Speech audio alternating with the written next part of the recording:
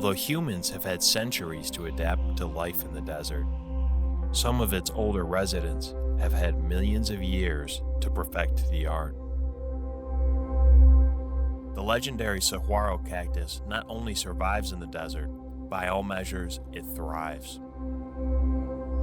It's only found in the Sonoran Desert region between Arizona, California, and northern Mexico, where its iconic shape covers the landscape.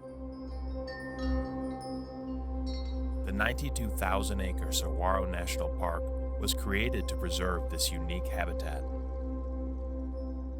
Individual cactus can live 200 years. At full maturity, they can tower 40 feet and weigh over a ton.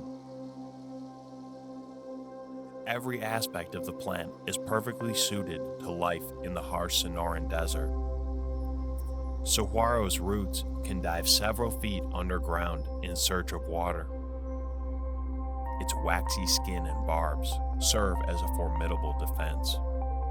The spines on a saguaro can grow 3 inches long and are so sharp they can pierce the skull of a bighorn sheep.